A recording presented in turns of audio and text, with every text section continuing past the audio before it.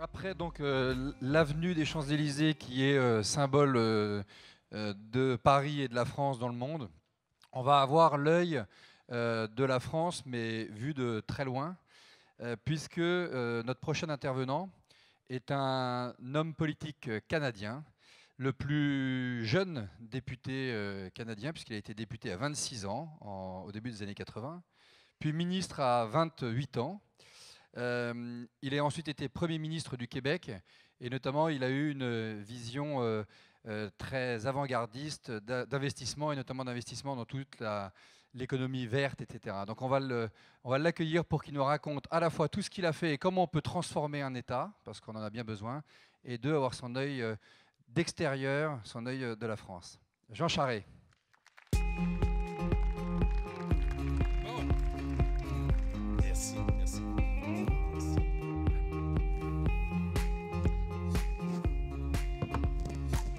Alors, merci beaucoup. Vous avez eu une longue journée et je vais donc essayer d'abréger. Lorsque j'ai été invité par Croissance Plus, j'ai eu une conversation avec Jean-Baptiste et il m'a essentiellement demandé de vous parler un peu du Québec et du Canada et de ce que nous avons fait dans les 20, 30 dernières années, les réformes, les changements, parce que ça intéresse beaucoup les Français. Vous qui êtes toujours dans des projets de réforme, avec tout ce que ça amène. Et j'ai dit à Jean-Baptiste, ça me ferait plaisir. Moi, j'adore. Les Québécois adorent la France. On aime beaucoup votre accent. Je trouve que vous avez...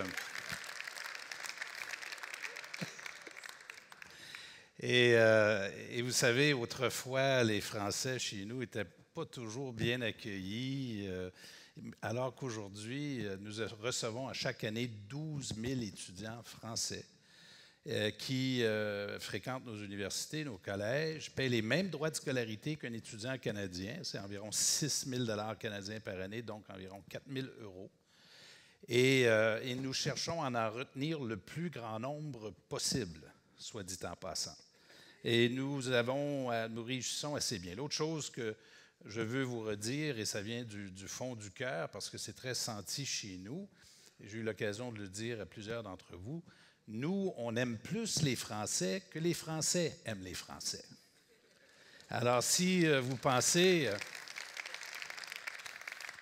il y a toujours des épisodes. Je vais vous raconter une anecdote. Ma fille aînée a marié un Français, un jeune homme d'Aix-en-Provence. Et je l'ai amené à la pêche avant qu'il se marie. On est allé dans l'Arctique, on est allé très loin. D'ailleurs, c'était inoubliable parce qu'on est allé pêcher avec les Inuits. Et le chef qui nous recevait a fait exprès pour choisir des guides qui ne parlaient ni français ni anglais, mais seulement Inuktitut. Et il a présenté Julien. Il s'appelle Julien Mathieu. Et en le présentant, il leur explique, il pointe vers l'eau, il dit, pour pointer vers l'Europe, pour expliquer que c'est un Français. Et là, les Inuits se mettent autour de lui, ils le touchaient, littéralement. Et j'avais un gardien de sécurité qui m'a fait une remarque que je n'ai jamais oubliée. Il m'a dit, vous savez, Monsieur le Premier ministre, il dit, pour un Français, là, il est gentil, hein? Et alors, je veux vous faire une présentation, je veux essayer de vous aider à comprendre et repasser avec vous une période de réforme au Canada qui a quand même beaucoup changé le pays, à la fois le Québec et le Canada, et un peu des circonstances. Et j'ai réfléchi un peu là-dessus parce qu'il y a des circonstances qui ont favorisé la période de réforme, et sait-on jamais, ça peut peut-être, dans un contexte extrêmement différent, très différent, vous inspirer. Et je vous fais une mise en garde. Si vous lisez les journaux au Québec, au Canada, ça va aussi mal que chez vous. Hein? Parce qu'à tous les jours, on nous annonce qu'il y a une crise, il y a un désastre, c'est le propre des... Alors, il faut prendre un peu de recul sur les événements pour essayer d'avoir une bonne lecture de où on est vraiment, au lieu de toujours être baigné dans l'actualité.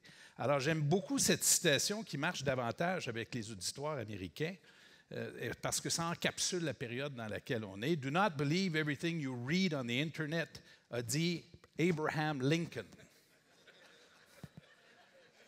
Et il faut y penser un petit peu.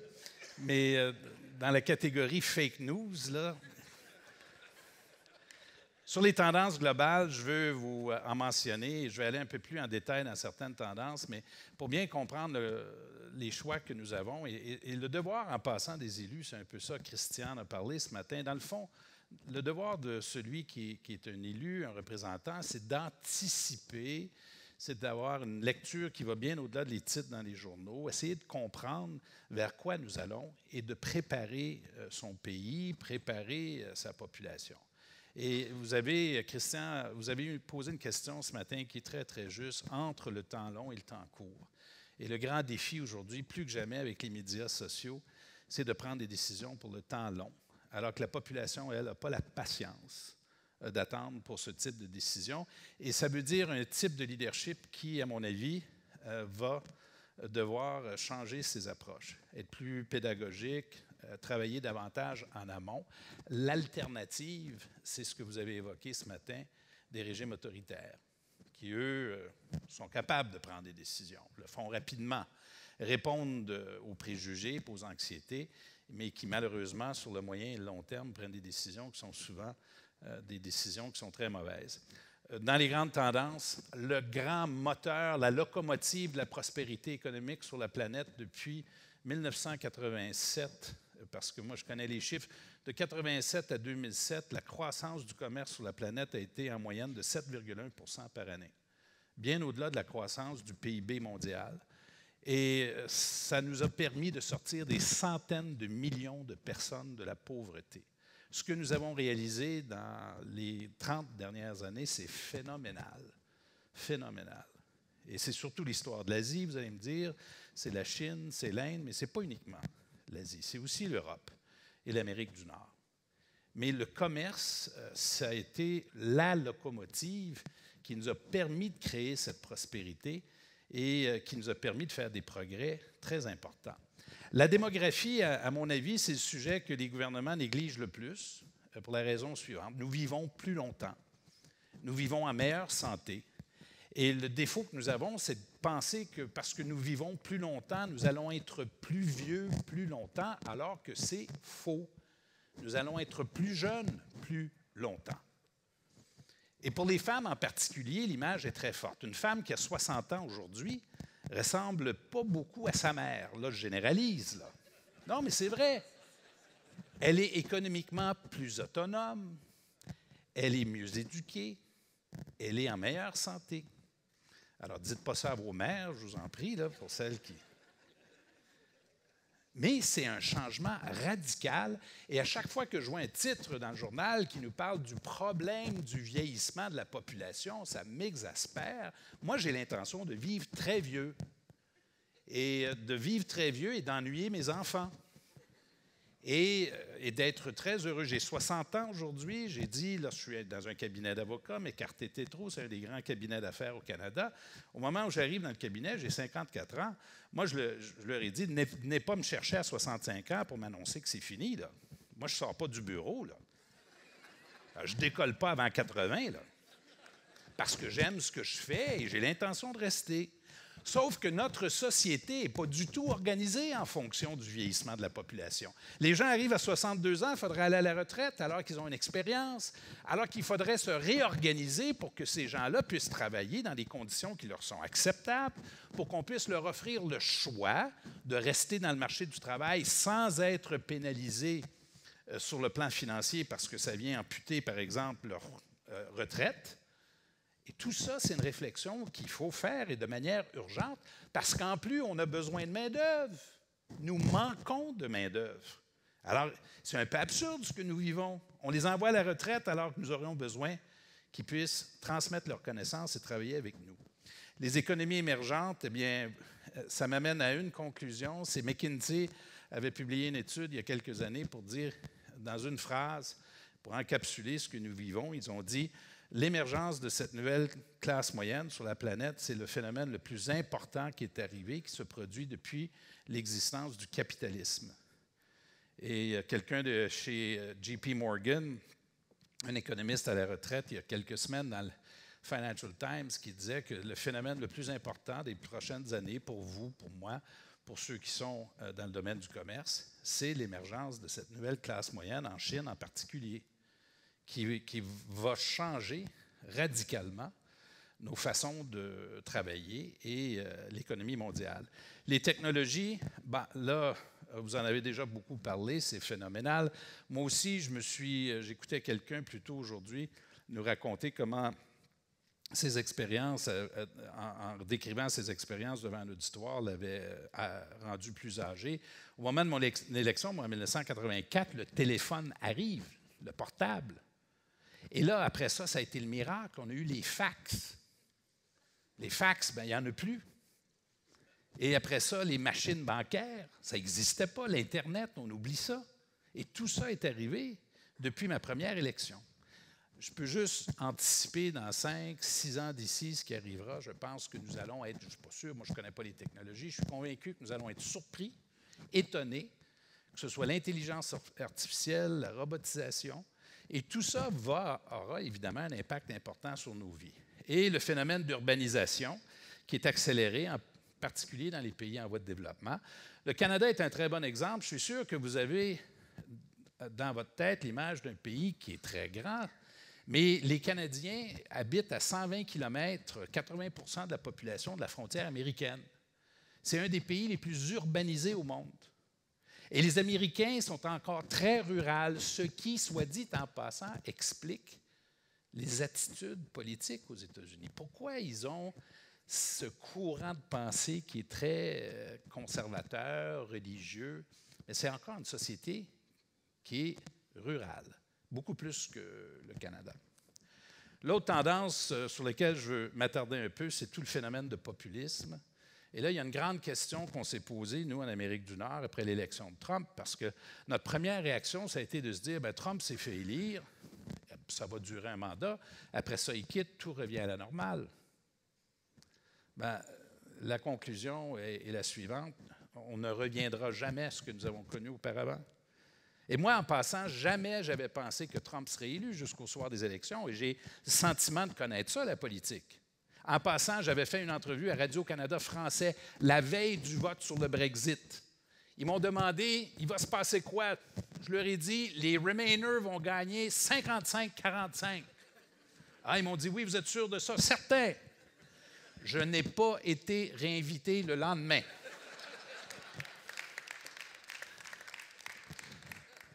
Et j'arrête un instant pour vous dire une chose. Il y a là-dedans une leçon d'humilité pour les gens comme vous et pour moi, parce qu'on n'a pas vu venir. Et si vous pensez que Marine Le Pen ne sera jamais élue en France, à mon avis, vous feriez bien d'y repenser. Jamais de ma vie on aurait pensé que quelqu'un comme Trump aurait pu être élu, et pourtant il est président des États-Unis. Alors, ce mouvement de populisme, bien, c'est le nouveau président du Brésil, c'est le président du Mexique, qui est aussi un populiste, c'est l'Europe de l'Est, c'est les pays comme la Pologne, c'est aussi le Brexit. Et à notre avis, à mon avis, nous entrons dans une nouvelle période de populisme qui va durer pour les 30, 40 prochaines années. Et tout ça, il faudra faire avec. À ça, pourquoi? Bien, un des grands sujets pour les mouvements populistes, c'est l'immigration, les mouvements de population. C'était le cas du Brexit. La stagnation des revenus. Il y a une étude de l'OCDE qui a été publiée il y a quelques jours seulement et qui parle, le titre était « Les classes moyennes écrasées ». Et c'est certainement le cas aux États-Unis. Et les politiques identitaires aussi. À ça, on associe le nationalisme. Et finalement, il y a un sujet que les médias ne traitent pas beaucoup, c'est les dépenses militaires qui sont fulgurantes actuellement. Et ça, c'est la Chine, l'Inde, le Japon, la Russie, les États-Unis. Et vous êtes Européens, je n'ai pas besoin de vous dire que vous avez tous les ingrédients d'un conflit, sachant que l'histoire nous enseigne qu'un conflit n'est jamais planifié à l'avance. Tout ça arrive par accident, par overreach, par mauvais calcul. Et à mon avis, c'est une période pour nous qui est assez dangereuse. Vous parlez rapidement du Canada. Ce qui caractérise le Canada, c'est la faible population. On n'a pas, nous, la force du nombre. On est 36 millions. On n'est que 36 millions d'habitants, 8 millions au Québec. Nous sommes une des fédérations les plus décentralisées au monde. Alors, les provinces ont des pouvoirs équivalents des provinces à un pays souverain. La seule autre fédération plus décentralisée que le Canada, c'est la Belgique, et personne ne sait comment fonctionne la Belgique. Surtout pas les Belges. Et quand je pense que leur période de gloire, ça a été la période où ils ont été incapables de former un gouvernement. Le Canada, ce n'est pas le cas. C'est les provinces, incluant le Québec, qui font fonctionner le pays au jour le jour, que ce soit la santé, l'éducation, les routes. Et l'autre particularité, c'est qu'au Canada, les provinces contrôlent les ressources naturelles. Pétrole, forêt, secteur minier, énergie. Et ça, on est une des seules fédérations au monde où ce sont les provinces ou l'équivalent des Länder qui contrôlent. Nous sommes, on est béni, on est riche en ressources naturelles, mais faites très attention, l'impression, c'est que le Canada, c'est un pays de ressources naturelles. Or, c'est 15 à 16 du PIB. On est vraiment une économie de knowledge-based economy. Le secteur de l'aéronautique, les technologies de l'information, les biotechnologies, les jeux vidéo, l'intelligence artificielle qui, à Montréal, actuellement, est très populaire. Alors, c'est vraiment une économie de services aussi, et une économie qui est un knowledge-based economy. Il y a un sujet sur lequel c'est très intéressant. Nous sommes un pays de diversité d'immigration. Et le Canada, c'est probablement le pays qui réussit le mieux l'immigration. Pour une raison fort simple, nous faisons mieux l'intégration que la majorité des pays. Et si vous voulez que l'immigration marche et fonctionne, il faut que immigration soit synonyme d'intégration. Et il y a deux conditions pour réussir. Il faut absolument que la personne qui choisit de venir au Canada soit très motivée à s'intégrer, elle. Et en contrepartie, il faut que le pays qui accueille soit très motivé à intégrer la personne qui vient. Et le Canada, c'est loin d'être parfait, mais on le fait mieux que la majorité des pays. Par exemple, pour les Syriens, il y a un grand programme de parrainage familial. Alors, une famille, une communauté, une paroisse peut choisir de parrainer une famille de Syriens ou d'Afghans.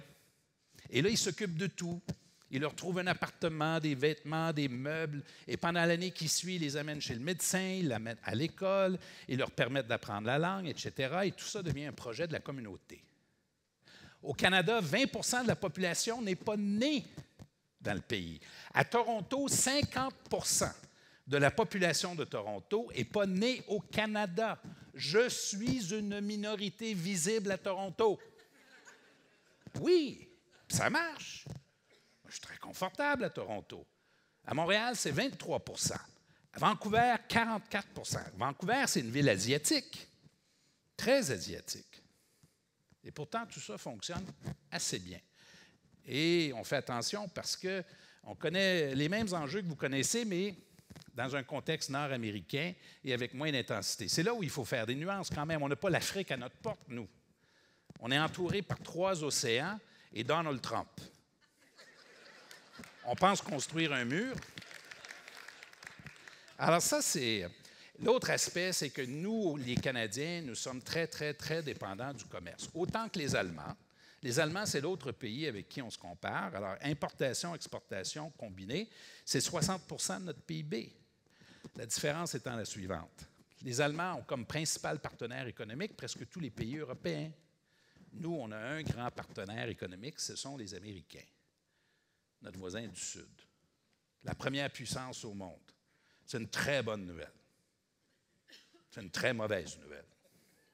Parce que quand les Américains, quand ça va bien avec la Maison-Blanche puis le Congrès, c'est merveilleux. L'économie américaine roule, c'est merveilleux. Si ça va moins bien, c'est un désastre. D'où notre volonté à nous de vouloir diversifier nos échanges économiques. C'est moi qui avais proposé à l'Europe, en 2007, après la ronde de Doha, la négociation d'un accord de libre-échange avec l'Europe. Et en passant, tout ça s'est fait, ça va vous étonner, grâce au président Chirac. Parce que Chirac était à la présidence à ce moment-là. Et évidemment, on a sollicité l'appui du gouvernement Chirac pour le projet. Il nous a appuyés. C'est Barroso qui m'a raconté qu'il avait été très étonné de recevoir un téléphone du président de la République pour lui annoncer que la France appuyait totalement le projet d'accord de libre-échange avec le Canada. Barroso me dit, les Français ne m'appellent jamais pour ce genre de projet-là. Mais cette fois-là, ils l'ont fait. Et au moment où on aborde, c'est Mandelson, qui est le commissaire au commerce, une conversation très intéressante. Il me dit, Moi, je vous écoute à la condition que les provinces canadiennes soient liées par l'entente, ce qui n'était généralement pas le cas, qu'ils y participent pleinement, volontairement. J'ai dit à Mandelson, il n'y a absolument aucun problème. Ils sont tous en appui. Je n'avais parlé à absolument personne. Ils ont tous appuyé. Et les deux raisons que nous avons données aux Européens, c'est intéressant dans le contexte d'aujourd'hui où le président Macron dit « Moi, je ne veux pas négocier avec les Américains ». On a dit à Mandelson à l'époque, si jamais l'Europe veut négocier un accord de libre-échange avec les Américains, stratégiquement, ce serait dans votre intérêt de négocier d'abord avec le Canada pour établir des règles de base, pour vous donner un point d'appui. Parce qu'il y a une chose que nous connaissons, nous, les Américains. On les connaît très bien, les Américains. On les connaît mieux qu'ils se connaissent eux-mêmes. Pour une raison fort simple, nos intérêts dépendent de notre capacité de gérer la relation avec les Américains. Alors, j'ai dit à Mandelson, ce serait dans votre intérêt de faire d'abord une entente avec le Canada. Parce qu'il y a une règle non écrite avec les Américains lorsque vous concluez un accord de commerce. Et la règle est la suivante. Ils se réservent le droit d'interpréter les règles. Et ça, c'est le propre d'une superpuissance et d'un pays qui emploie tous ses pouvoirs. En passant, faites le parallèle avec ce que nous allons voir de notre vie à nous, l'émergence de la Chine comme superpuissance. Et la Chine va avoir exactement les mêmes réflexes. Les mêmes comportements que nous avons connus avec les Américains, vous allez les vivre et nous allons les vivre aussi avec les Chinois dans le domaine du commerce et sur d'autres sujets. Alors, sur la diversité, on en a parlé. Ici, il y a des chiffres très récents. J'ai trouvé ça intéressant en préparant notre présentation aujourd'hui sur la classe moyenne. Et le tableau que vous avez devant vous a été publié hier. Je pense que c'était dans le journal, ça vient de l'OCDE, c'était dans le Figaro, sur la classe moyenne en France et au Canada.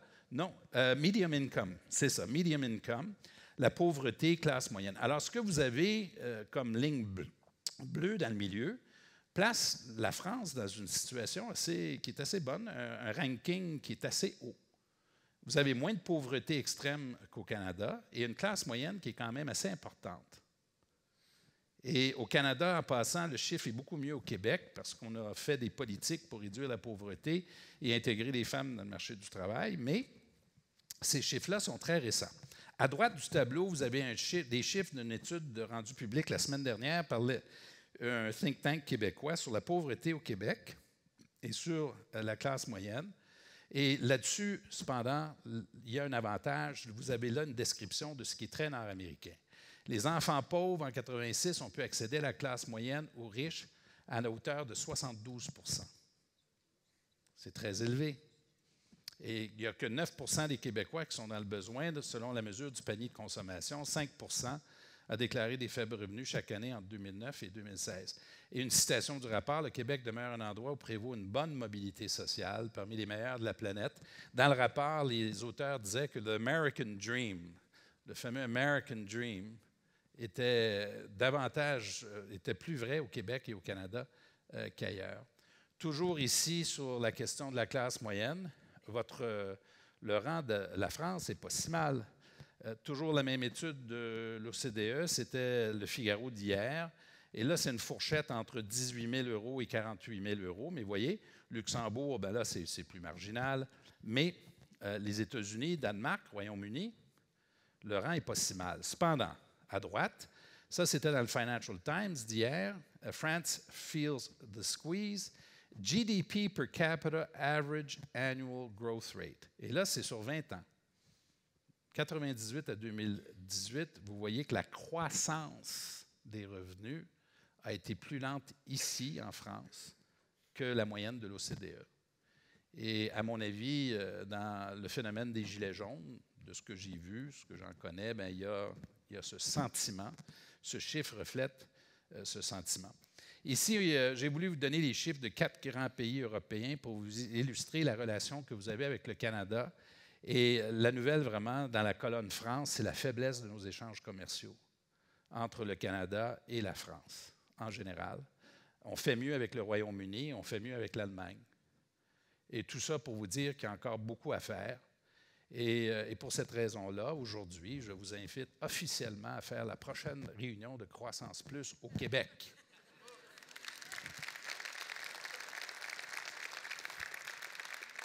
Je vous conseille fortement de ne pas venir ni au mois de janvier et février, mais le mois de septembre, octobre, nous serions très heureux de vous accueillir. Et en passant, tout dépend comment ça ira chez vous, mais on vous offrira en même temps le statut de réfugié si jamais vous voulez aller rejoindre vos enfants qui étudient dans nos universités, nos collèges, et qui aiment beaucoup et que nous voulons retenir aussi. Le Québec, c'est l'endroit où les politiques sociales sont quand même les plus développées. Là-dessus, on est plus européen qu'ailleurs en Amérique du Nord. Sauf que sur le plan des impôts, c'est aussi un endroit où le taux d'imposition, ça va vous étonner, est à 53 % dans la fourchette supérieure. 53 % c'est très élevé. Le coût de la vie, cependant, est très bas si on compare à l'Europe ou même l'Amérique du Nord. Le coût de l'énergie, l'assurance automobile, les droits de scolarité, services de garde universel chez nous. On a fait un truc formidable. Là, on a mis en place un système de... Moi, j'étais très réticent là-dessus parce que moi, je viens des conservateurs. Sur le plan politique, moi, je suis un conservateur. Et ça coûte très cher, 3,2 milliards par année. Alors, c'est universel. Vous avez le droit, si vous êtes une famille, à l'accès à un service de garderie 10 heures par jour, 2. Mais... placez ça dans le contexte du Québec. Nous avions un des taux de participation les plus faibles au monde des femmes entre 25 et 44 ans dans le marché du travail. Or, il y a un phénomène de vieillissement de population. Nous manquons de main-d'œuvre, puis il y a un phénomène de vieillissement, et le taux de natalité avait baissé. Et en plus, il y a un phénomène de pauvreté. Alors, on a fait les services de garde universels que le gouvernement précédent, avant mon gouvernement, avait initié. On a fait des allocations familiales pour les familles à bas revenus, avec des montants assez substantiels, ce qui nous a permis de réduire la pauvreté. Et on a fait un congé parental flexible, à la fois pour les femmes et les hommes. Résultat net, le taux de pauvreté est le plus bas au Canada.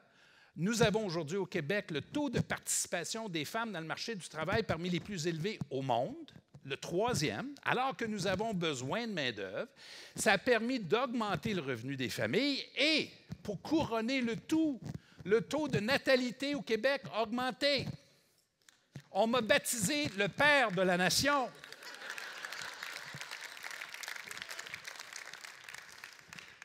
J'avais répondu ça à l'Assemblée nationale. Quand je suis revenu à la maison, mon épouse Michel m'a dit de ne plus jamais répéter que c'était sexiste, mais comme elle n'est pas ici aujourd'hui. Alors, le Québec, c'est 80 % de la population est francophone. Il y a beaucoup d'allophones. C'est un débat. La langue, pour nous, c'est un débat de tous les jours et c'est un sujet qui est existentiel. C'est une société qui est aussi a des secteurs économiques très avant-gardistes. L'aéronautique, technologie de l'information, biotechnologie. L'intelligence artificielle, c'est un sujet qui est très, très discuté chez nous. Il y a plusieurs centres de recherche. Il y a un grand chercheur qui s'appelle Yosha Bengio, qui vient de recevoir avec 2 autres collègues le prix Turing. Et le secteur de l'agroalimentaire, l'éducation, les jeux vidéo, les Français sont très présents, les sciences de la vie. Il y a 2 nouveaux hôpitaux universitaires à Montréal, le Centre hospitalier universitaire de Montréal et McGill. Et les 2 projets ont coûté 12 milliards avec les centres de recherche, en plus du neuro, de Sainte-Justine. Alors, dans les sciences de la vie, on est très, très fort. Là, je reviens à une chose que vous savez probablement. Il est faux de croire que les Québécois sont des Français qui vivent en Amérique du Nord. Ce que, humblement, je pense que le général de Gaulle croyait. Alors que nous sommes des Américains qui parlent français. Et la culture d'affaires, la culture juridique est très près de la common law et donc du système de common law américain et britannique. C'est une société, parce qu'elle est nord-américaine, qui est moins hiérarchisée de ce que nous voyons, nous, ici en France. Et le sentiment, en observant les milieux d'affaires, les milieux académiques, par exemple.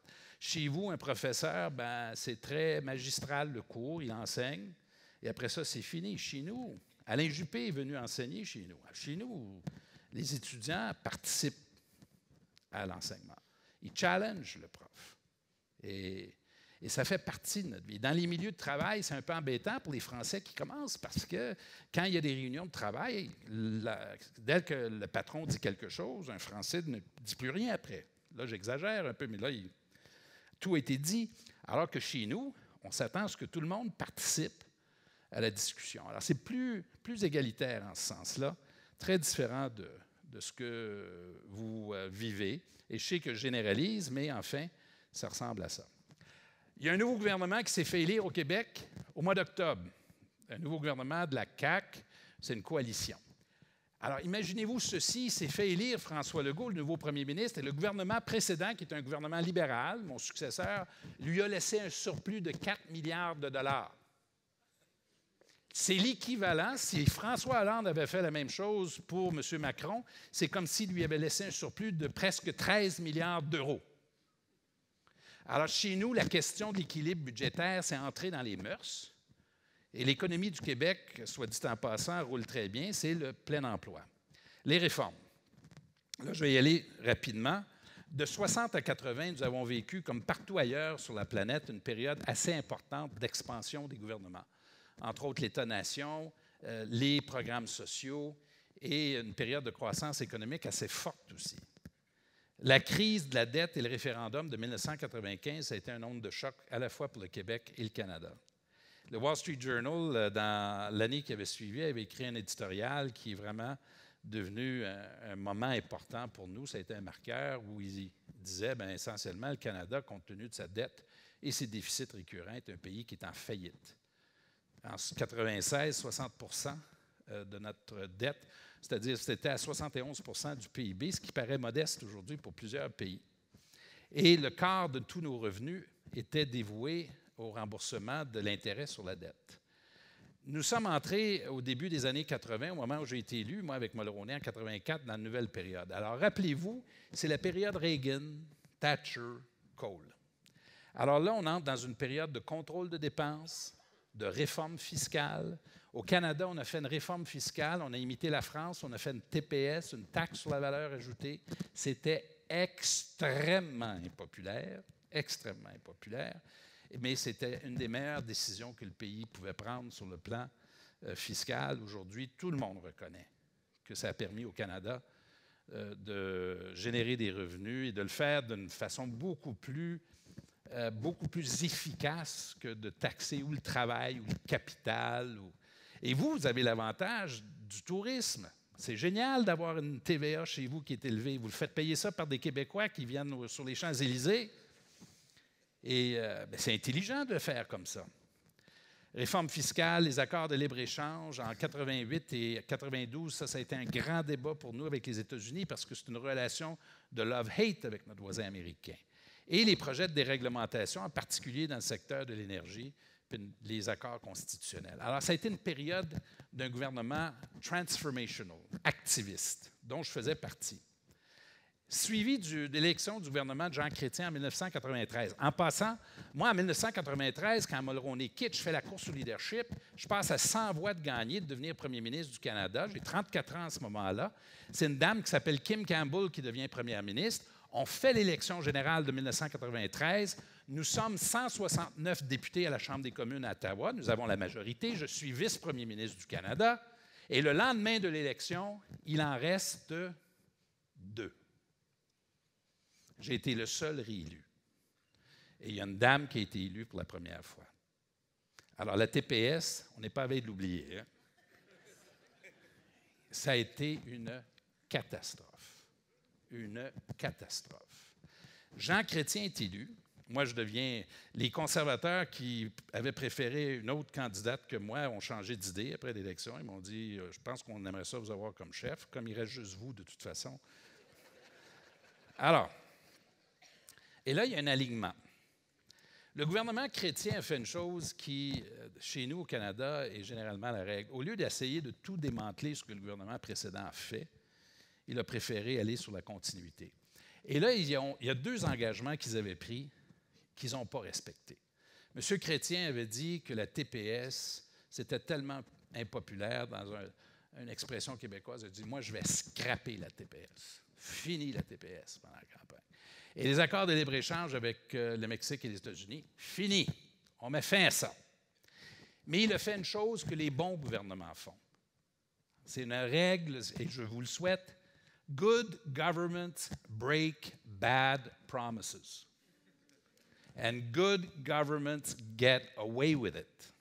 Pourquoi? J'ai fait l'expérience des campagnes électorales. Alors, quand on est en campagne, on est dans l'opposition, on ne prend jamais des engagements de mauvaise foi.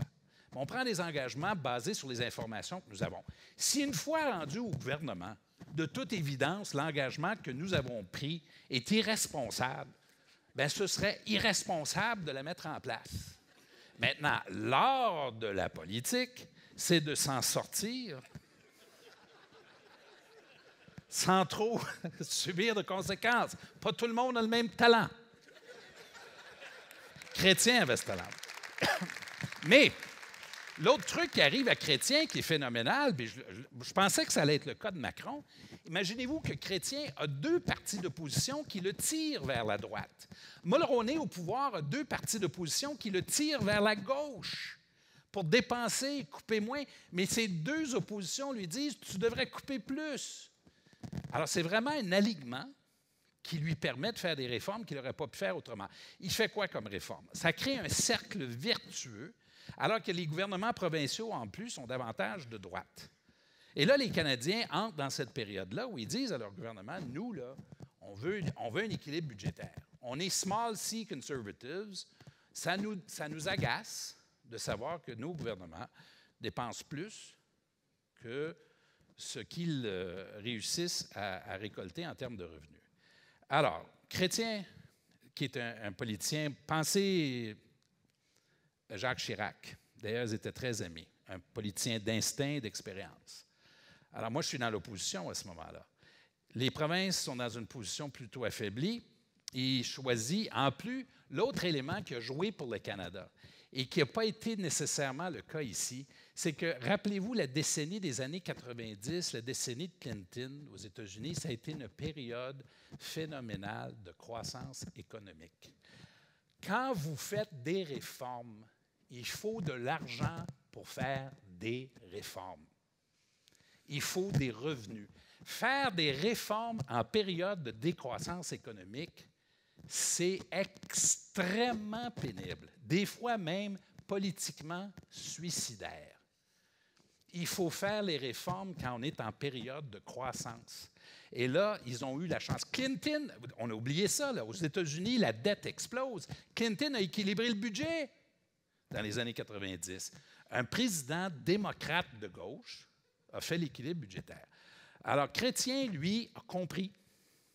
Et dans le fond, on souhaite avoir des hommes et des femmes politiques qui vont pouvoir, eux, profiter des occasions qui se présentent à eux. Puis moi, j'en ai vu qui, le train passait, puis ils ne l'ont jamais aperçu, là, parce qu'ils étaient obsédés à mettre en place des promesses qui n'avaient aucun sens, parce qu'ils pensaient, eux, qu'il fallait absolument le faire. Enfin, alors, ça a été une période de réforme où Chrétien a coupé les transferts aux provinces en argent de 40 % d'un seul coup. D'un seul coup, avec des conséquences assez importantes. Alors, ça a été le contexte. Le Québec, à ce moment-là, Lucien Bouchard, qui était premier ministre du Québec en 1996, après le référendum, s'inscrit également dans le mouvement, sauf que Lucien, lui, il va de manière beaucoup plus brutale. Lui, il décide qu'il va faire l'équilibre zéro. Et là, bien, il coupe assez radicalement dans les dépenses de santé, d'éducation, à un point tel où, en 1998, il met à la retraite 5 000 infirmières au Québec et 1 500 médecins. Il les paie pour arrêter de travailler et il réduit les inscriptions dans les facultés de médecine. Alors, il n'a pas fait de mauvaise foi. Il n'a pas fait exprès, là. Je le connais très bien, on est amis. Il l'a fait parce qu'il voulait arriver à l'équilibre budgétaire, puis dans sa tête à lui était de l'école de toute façon, peu importe les décisions que nous allons prendre, il y a toujours quelqu'un qui va être malheureux, il y aura des conséquences, il faut le faire. Alors, et là, c'est devenu, pour les Québécois, un objectif extrêmement important que d'équilibrer. Mais ça nous a pris 15 ans à remettre notre système de soins de santé sur pied, puis même aujourd'hui, comme partout ailleurs, c'est très difficile de pouvoir répondre adéquatement à tous les besoins. Il y a un contrôle. Quand j'ai été élu, moi, ça a commencé avant moi. Nous, ce qu'on a voulu mettre en place, c'est un contrôle permanent des dépenses. Alors, ce que j'ai toujours cru, moi, c'est qu'il faut éviter que les gouvernements aient le pied totalement sur le frein ou totalement sur l'accélérateur. Il faut plutôt, de manière constante, contrôler rigoureusement les dépenses. Et nous, l'objectif, c'était d'avoir des dépenses qui étaient inférieures à la croissance économique, au PIB réel. La crise financière et économique de 2008, bien, ça change tout, pour tout le monde, comme pour Sarko. Ce matin, Christian parlait, c'est comme les gilets jaunes, vous savez, dans tous les mandats de gouvernement, et nous arrivent des événements qu'on n'avait jamais prévus. En anglais, c'est moins élégant ce que je vais vous dire, mais en anglais, on dit « shit happens ». Ben, c'est ça. Alors, sauf qu'au Québec et au Canada, on s'en est mieux sorti que partout ailleurs dans le monde. Vous, vos banques ont acheté du subprime. Nous, on n'a pas acheté de subprime parce que nous, on les connaît, les Américains. On les connaît. Ils sont juste à côté de chez nous. On sait comment ils se comportent. Nos banques étaient mieux capitalisées et puis il n'y avait pas de subprime au Canada parce qu'on est des small C conservatives, rappelez-vous. D'ailleurs, le revers de la médaille, c'est qu'on est moins porté sur le risque que nos voisins américains. L'avantage qu'ils ont, eux, c'est qu'ils sont davantage portés sur le risque et les bénéfices qui y sont associés que les Canadiens le sont. Les Canadiens sont plus prudents, d'ailleurs plus réservés. Si vous voulez reconnaître un Canadien sur les Champs-Élysées, attendez, surveillez la machine bancaire, l'ATM. La personne qui se présente, reçoit l'argent et dit merci à la machine, c'est un Canadien. Alors, on est beaucoup plus... Alors, nous, nos banques, on n'a pas du tout... On a vu la crise passer, ça a eu des effets chez nous. Mais on est allé en déficit parce qu'il fallait protéger, évidemment, la population. La France vue du Québec et du Canada, et là, je m'excuse à l'avance parce que je simplifie à outrance, je le sais, et il y a beaucoup, beaucoup, beaucoup plus à dire que ça, sauf que je vais y aller sur les grands thèmes. D'abord, le président Macron est encore très bien perçu partout sur la planète. Il est perçu comme étant jeune, réformiste. L'épisode des Gilets jaunes, c'est autre chose, mais il est perçu comme étant pro-européen, ouvert sur le monde.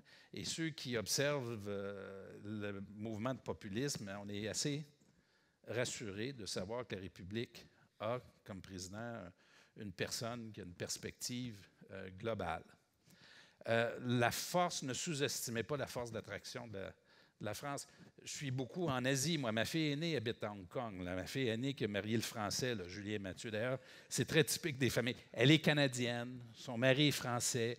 Ils habitaient à New York, ils ont eu une petite fille, elle est américaine. Ils ont eu un garçon à Hong Kong, lui, on ne sait pas ce qu'il est. Alors, ils sont à Hong Kong. Lui est allé à Hong Kong travailler pour une banque hollandaise.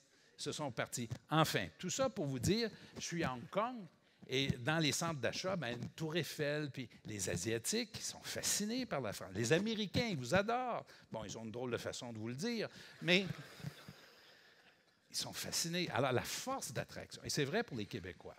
Notre relation à nous, entre Québécois et Françaises, est merveilleuse parce que c'est une amitié qui est spontanée. Et on aime votre pays, merveilleux. C'est merveilleux quand on vous entend chialer, pour ne pas dire râler des fois. On est étonné. Nous, quand on vient ici, on voit autre chose. On a reçu Alain Juppé pendant 1 an. Ce n'était pas du tout l'homme qu'on décrivait en France. L'homme que nous, on a reçu, on a adoré.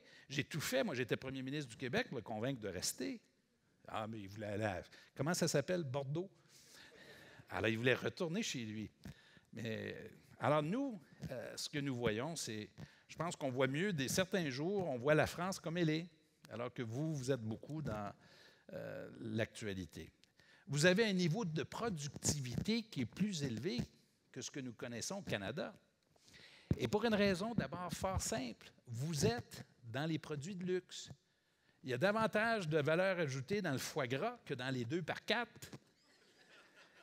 dans le parfum, dans les technologies. France, pour nous, c'est synonyme de qualité, d'un pays d'artisans. Nous ne connaissons pas, nous, on a des travailleurs, des très bons travailleurs, mais vous avez un pays d'artisans. Et vous êtes, vous ne le savez peut-être pas, ça non plus, ça m'étonne, vous êtes réputé être de très, très, très bons managers. Moi, j'ai le privilège d'être sur le conseil de surveillance de Publicis, Tikeo Capital, je suis beaucoup ici, mais les Français, comme hommes et femmes d'affaires, sont des très bons gestionnaires. Vous avez la réputation de gérer serré. Vous n'êtes pas dépensier, rigoureux, et vous êtes apprécié. Et c'est vrai, ça, partout dans le monde. Vous êtes une puissance nucléaire, vous serez la seule puissance nucléaire de l'Europe après le Brexit, 6e économie mondiale. Mais sur les enjeux, je vais juste vous dire les choses que vous savez déjà. Vous avez un fonds conservateur qui est quand même très fort, c'est-à-dire une résistance au changement. Votre capacité d'accueillir des nouveaux immigrants, c'est un sujet pour vous. Nous, on est toujours intrigués à chaque fois qu'on se fait dire que l'immigration choisie chez vous, c'est tabou. Nous, l'immigration choisie, ça a toujours été la règle. Il y a un système de points. Alors, si vous êtes éduqué, si vous êtes jeune, évidemment en santé, si vous avez une job, si vous arrivez dans un secteur d'activité où on a besoin de main-d'œuvre, si vous parlez la langue, tout ça, c'est des points qui s'accumulent et qui font en sorte que vous serez davantage susceptible d'être choisi pour venir au Canada. Chez vous, pour une raison qui m'échappe, c'est un sujet qui est tabou, comme si c'était du racisme. Mais rappelez-vous la règle. Si vous recevez des gens, vous ne les laissez pas sur le perron de la maison quand même. Là. Vous les faites entrer si vous les recevez. Et vous vous assurez qu'ils puissent s'intégrer. Dans un monde où il y aura de plus en plus de mouvements, et en passant, avec Sarkozy, on a négocié, nous, l'entente sur la mobilité de la main-d'œuvre la plus avancée sur la planète, vous savez. L'idée, c'était de faire en sorte que si vous êtes médecin en France, vous êtes médecin au Québec, avocat en France, avocat au Québec, ça couvre tous les métiers, 81 métiers, professions, et l'idée, c'est de rendre ça le plus facile possible de bouger entre le Québec et la France. Vous avez la perception, cependant, d'un pays qui n'est pas business-friendly. Et là, vous avez le tour, honnêtement, de faire des trucs. Non, mais l'affaire du 75 % après l'élection du président Hollande. Et moi, ça m'avait beaucoup impressionné parce que j'étais premier ministre. On reçoit à dîner la consul de la France à Québec à dîner. Et là, évidemment, défense 75 % nous explique, oui, mais c'est juste quelques milliers de personnes. Elle n'avait pas compris, ou enfin, elle avait probablement compris qu'aux yeux de la planète, les gens n'ont pas les nuances. Tout ce qu'ils ont vu, c'est le titre que dorénavant, tout le monde est taxé à 75 % en France. Le message, là, la perception, là, était celle-là. Les Gilets jaunes, c'est un peu dans la même veine, parce que je ne comprends pas très bien ce qui se passe, mais les médias étant ce que c'est, au Québec, là, on a le sentiment qu'il y a des guerres civiles tous les samedis sur les Champs-Élysées. Tellement c'est violent, tellement... Alors, mais ça, c'est un sujet, on en parlait un peu plus tôt. Pour l'avenir, et là, j'arrive sur la fin, vous jouez un rôle qui est beaucoup plus important que ce que vous mesurez, je pense, globalement. À la fois en Europe, au Moyen-Orient en particulier, vous avez vos propres réseaux qui sont différents des réseaux britanniques et américains. En Afrique, évidemment en Afrique francophone, moi où je l'ai vécu, on a beaucoup côtoyé les Français dans la francophonie et globalement. Vous n'êtes pas l'empire que vous étiez, mais ne sous-estimez pas l'importance et la contribution et votre influence. Un des grands regrets, ça a été la guerre en Irak, la 2e édition, où, honnêtement, Bush fils aurait dû écouter les conseils de Jacques Chirac. Ce qui n'était pas le cas. Je vais raconter une anecdote de la première guerre, celle du Golfe en 92, et c'est Bush père qui me l'a raconté, j'ai eu le privilège de le rencontrer, qui me raconte que Mulroney, à l'époque, lui a donné un conseil. Il lui dit, tu devrais appeler « You should call François Mitterrand ». And ask him for his advice, even if you think you don't know it. Pourquoi? Parce qu'un président américain qui est la première puissance du monde ne pense pas spontanément avoir besoin du conseil de quiconque. C'est la nature humaine. Et Mulroney lui dit, « You should talk to the president ». Et c'est Bush qui me dit ça, le père. Il me dit, « I called him and he supported us ». Pourquoi? Parce que la France a accès à un réseau auquel ils n'ont pas accès, les Américains. On a beau être la première puissance au monde, vous avez, vous, cette responsabilité. Dans le domaine de la recherche et développement, vous faites des trucs de projets conjoints entre le privé et le public mieux qu'ailleurs, et certainement mieux que chez nous. On vous envie à ce niveau-là et on vous a copié. Vous avez un niveau de productivité qui est plus élevé. Il y a toute la question de l'art de vivre qu'il ne faut pas sous-estimer. Je dis souvent à mes amis, moi, les Français savent vivre. À l'heure du lunch, ils déjeunent. Nous, on prend un sandwich, puis après ça, on a des brûlements d'estomac, puis on court, puis... Non, mais honnêtement, vous savez vivre, vous. C'est un truc que je vous recommande, l'ouverture des magasins le dimanche, les commerces, là, de grâce, faites pas ça. Il y a une pression, il faut ouvrir, mais c'est votre mode de vie. C'est vous, ça. Et à mon avis, il y a des choses que vous avez compris que d'autres n'ont pas compris. Alors, et vous êtes une puissance qui est admirée et qui est respectée. Finalement, attendez, je ne veux pas aller trop vite, je vais reculer parce que je veux partager avec vous une phrase d'un grand philosophe. Grand philosophe. Et je vais vous citer un texte, d'ailleurs, qui n'est pas très long, parce que c'est la seule chose qu'il a écrite de sa vie. Et j'ai décidé de l'inclure après avoir écouté Christian Dernier ce matin. C'est un de mes philosophes préférés, il s'appelle Mike Tyson, ancien champion de boxe mondial. Et voici, là c'est bon, je ne suis plus capable de reculer. Là. Ah! Everyone has a plan until they get punched in the face. C'est vrai en affaires comme dans la vie. Everyone has a plan. Alors, pensez à Macron, boxeur, monte dans le ring, après ça, you get punched in the face. Merci beaucoup.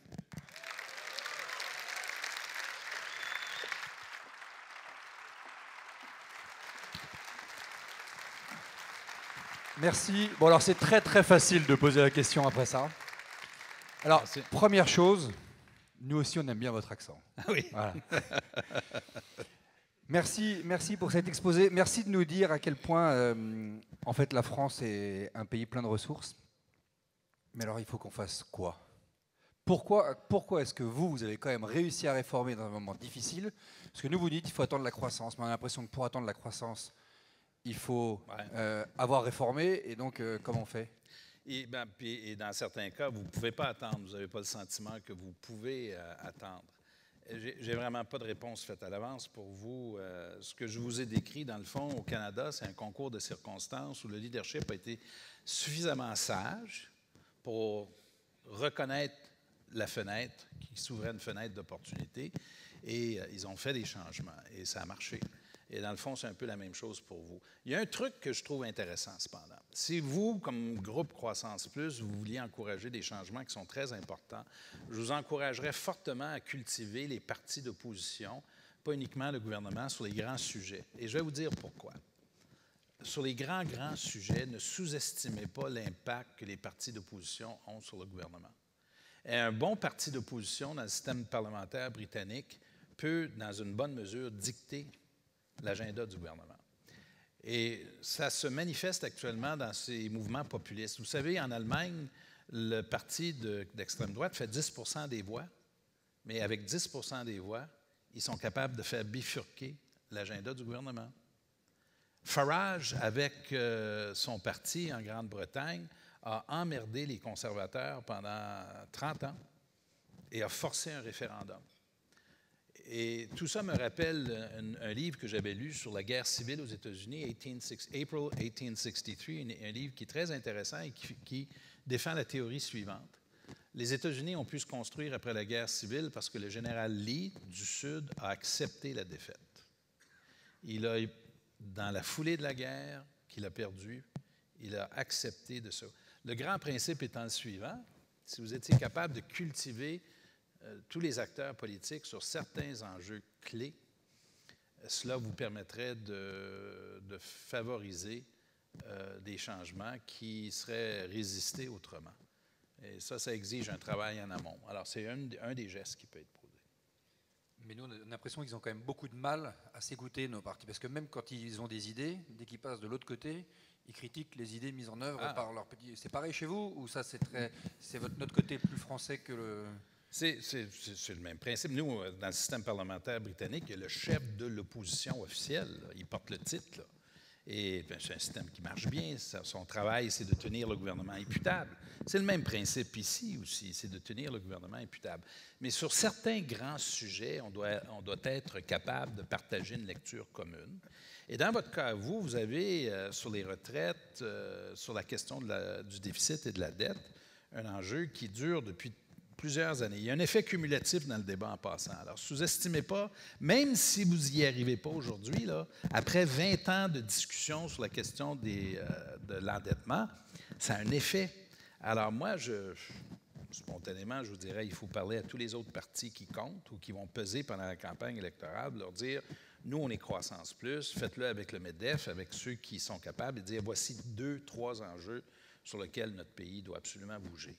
Et on veut connaître vos positions, mais on veut surtout qu'après l'élection, que vous puissiez vous inscrire dans un mouvement pour l'avenir de la France et faire les changements qui s'imposent.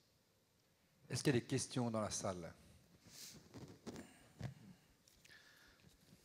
Non, aucune. Ah si, une là. Oui, Thierry Gardinier, je voudrais savoir si le problème du français au Québec reste encore un sujet de clivage entre ce que vous appelez les Anglais, généralement qui sont les Canadiens anglais, et les Québécois dits français. Pour le Québec, c'est d'abord pour nous, notre langue, c'est notre identité et c'est notre culture. Et c'est un sujet qui est extrêmement important. Et chez nous, il pèse une menace constante sur l'avenir de la langue française. Nous sommes que 8 millions au Québec, entourés de 340, presque 400 millions d'Américains qui parlent anglais, la première puissance au monde. C'est comme vivre à côté d'un pays qui a un mégaphone, avec une culture qui peut facilement nous écraser, vous le voyez. Alors, chez nous, c'est un sujet qui est extrêmement important. Et on a pris des mesures exceptionnelles pour protéger notre langue. Hein. Vous savez, la loi 101 chez nous, on réglemente l'affichage, on réglemente... si vous êtes un immigrant, vous venez au Québec, vous ne pouvez pas aller à l'école publique anglaise. Vous devez fréquenter l'école en français. Alors, ce sera toujours... On s'inquiète un peu de la France parce que nous, on vous écoute parler et on trouve que vous avez beaucoup d'anglicisme. Et ça nous inquiète.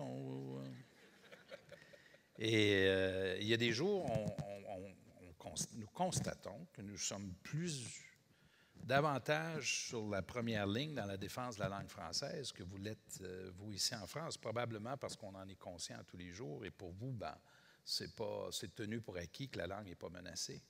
Mais c'est une langue merveilleuse. N'oubliez pas, c'est quoi la 3e langue de business dans le monde? C'est parmi les 5 langues les plus parlées, mais c'est devenu beaucoup une langue africaine en ce moment. L'avenir de la langue française, elle est beaucoup en Afrique.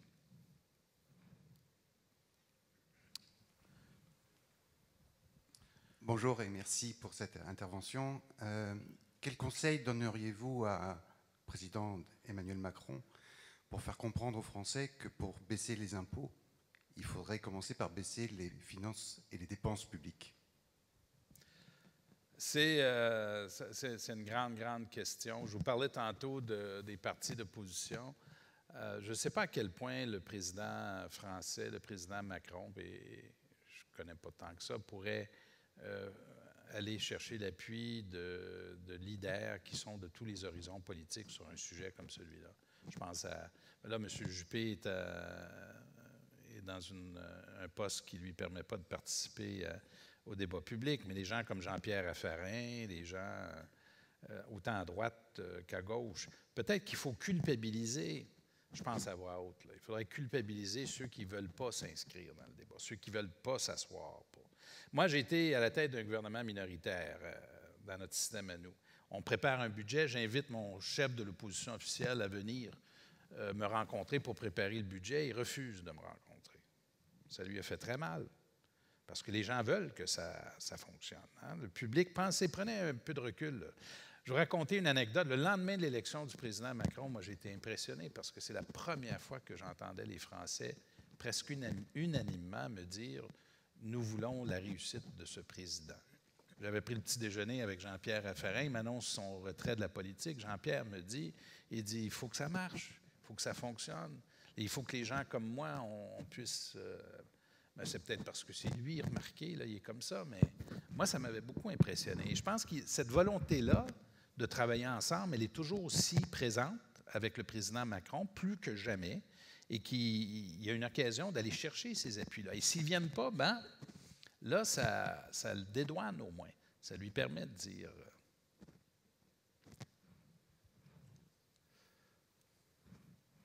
Peut-être dernière question, Thibault. Merci beaucoup. Patrick Legal. Je suis là. Ah, je vous cherchais, là. Oui. Oui. Monsieur Charest, je voulais déjà vous remercier et puis vous dire que j'ai beaucoup de respect pour vous parce que je suis arrivé au Québec en 2003. Ah! J'en suis parti en 2012. J'ai créé mon entreprise là-bas que j'ai revendue et j'ai bénéficié de beaucoup d'incitatifs fiscaux, crédits d'impôt. C'était très intéressant et très dynamique. Alors vous êtes arrivé quand j'ai été élu, vous avez quitté quand j'ai été battu. Oui. Moi, je ne vous blâme pas du tout. Non, bien sûr, je comprends. J'ai failli faire la même chose, moi aussi. Il n'y a pas vraiment de relation de cause à effet. Non. Mais non, je voulais savoir, moi, la vision que j'ai des réformes en France, je pense que ce qui va être moteur, ce sont les régions. Maintenant, je me suis installé dans les Hauts-de-France et avec le président de la région, j'ai un échange régulier et je vois qu'il est très optimiste et très positif dans comment faire évoluer sa région au niveau du business, les incitatifs, aider les entrepreneurs, essayer de monter des teams de gagnants, etc.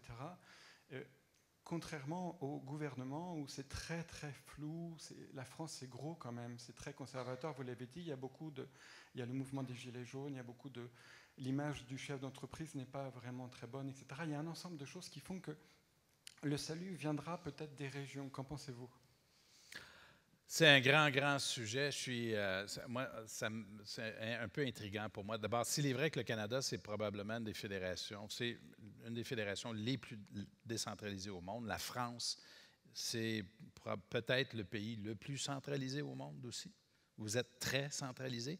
Or, comment fait-on à partir de Paris pour prendre des décisions qui touchent au quotidien de la vie des gens qui habitent la Provence ou la Normandie ou Sud-Est? Ça, je trouve, à mon avis, c'est un peu intriguant.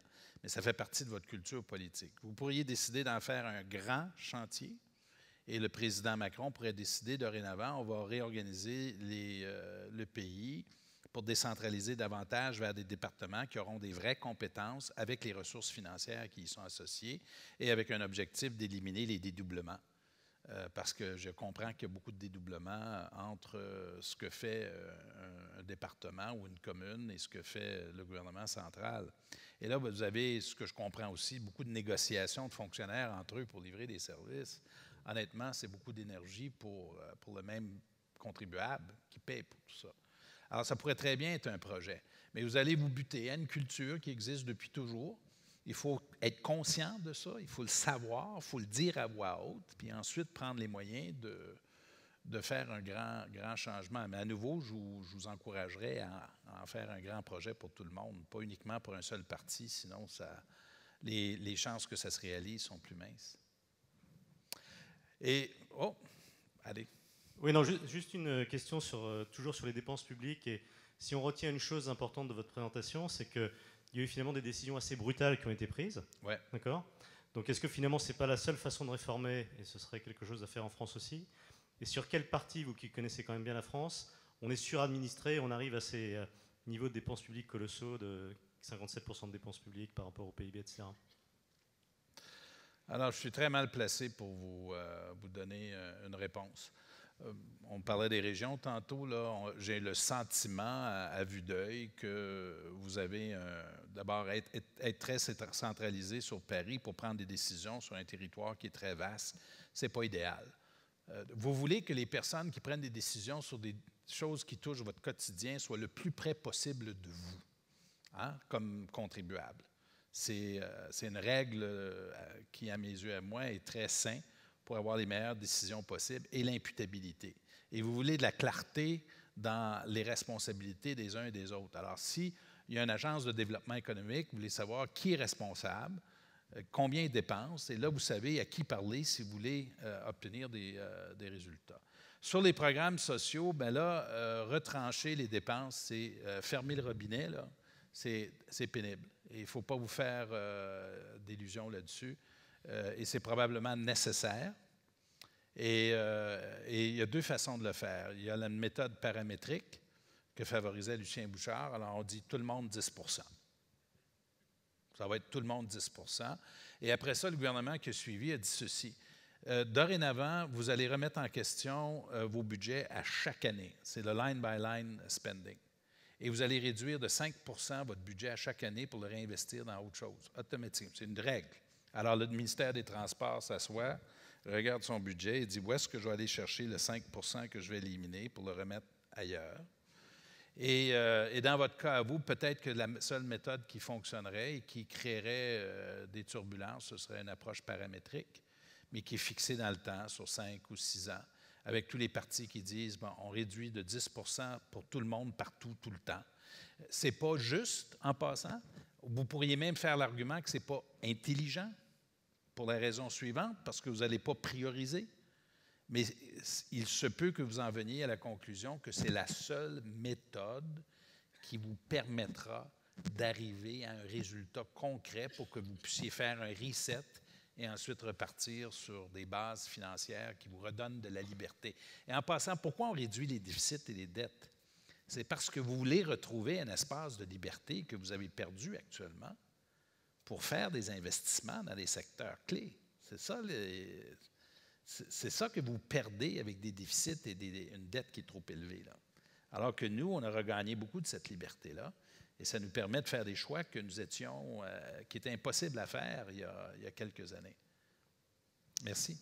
Merci beaucoup. On est obligé de s'arrêter. Merci. Merci. Merci. Petit point organisation. Les bus vont vous attendre tout de suite pour aller vous emmener à vos activités sportives. Donc, pas de...